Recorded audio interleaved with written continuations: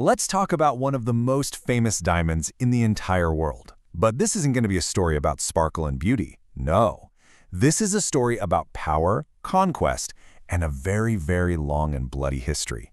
This is the story of the Kohinoor.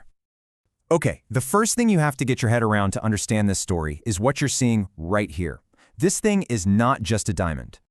It's a trophy, a symbol of empires that have risen and fallen. It's a prize so valuable that for centuries, people were more than willing to kill for it. And honestly, nations are still fighting over it today. It's picked up a few nicknames over the years, but one of them has really stuck, whispered in royal courts and on battlefields. People call it the most cursed diamond on Earth. So to figure out why, we have to go all the way back to the beginning. Our story starts, ironically, not with a curse, but with a name that sounds almost divine, something that promises nothing but beauty: Mountain of Light. So where did this thing come from? Well, it was dug up centuries and centuries ago in India, out of the legendary Golconda mines, a place famous for producing some of the most incredible diamonds anyone has ever seen. And when they found it, it was so brilliant, so dazzling, people said it literally held the light of heaven inside of it. And all that brilliance is actually how it got its name. The story goes that when the Persian conqueror Nader Shah first laid eyes on it, he just exclaimed, Kohinoor, which means Mountain of Light. A beautiful name for a stone with such a dark past, right? Yeah, because the story of this Mountain of Light isn't really one of divinity, it's one of darkness. As we're about to see, it left a trail of blood clear across continents. And this right here, this is why.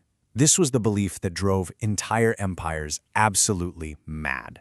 For hundreds of years, rulers were convinced that if you owned the Kohinoor, you owned destiny itself, that you were basically chosen by the gods.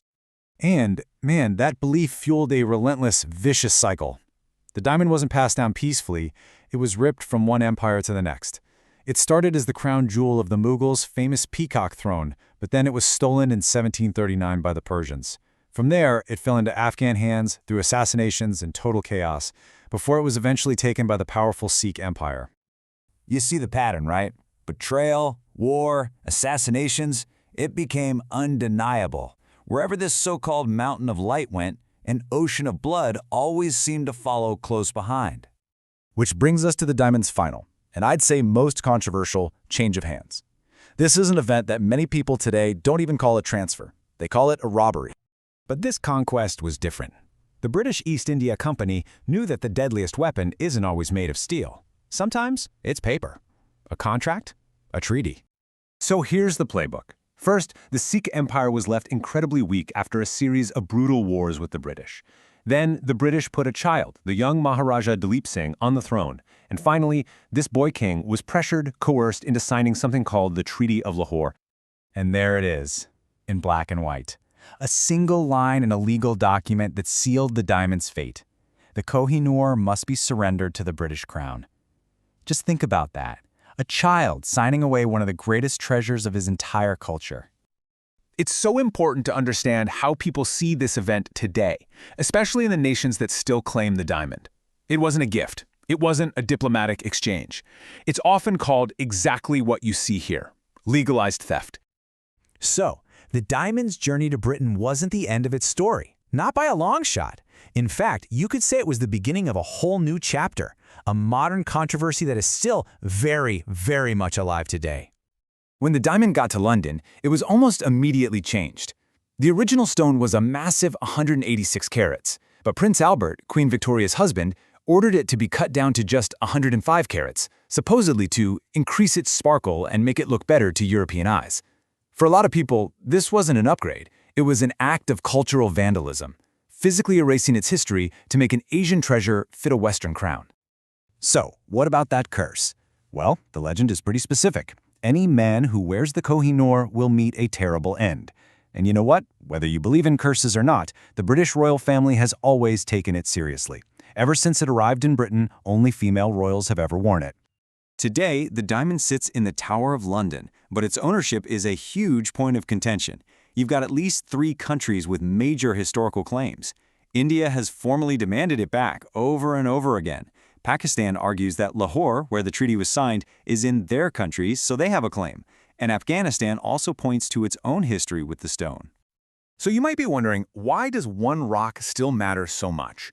Because it was never just a rock. It's a powerful symbol of stolen heritage, a painful piece of colonial history, a source of immense national pride, and for millions of people, it represents a profound and unresolved injustice. And all of this boils down to one really tough question, one that goes way beyond this single diamond and applies to countless artifacts in museums all over the world. Should stolen treasure ever really be kept by the victor? When you really look at its journey, you start to see a clear pattern. The diamond never really belonged to the Mughals or the Persians or the Sikhs or the British. It just belonged to whoever was powerful enough to take it. And maybe that's the real story. Maybe the curse isn't some ancient supernatural force. Maybe the diamond is just a mirror, reflecting the one thing that's driven its violent history from day one: human greed. Greed is the real curse. And that is why, after centuries of bloodshed and debate, the Kohinoor remains a powerful symbol, not of light or beauty, but of the dark, enduring legacy of conquest.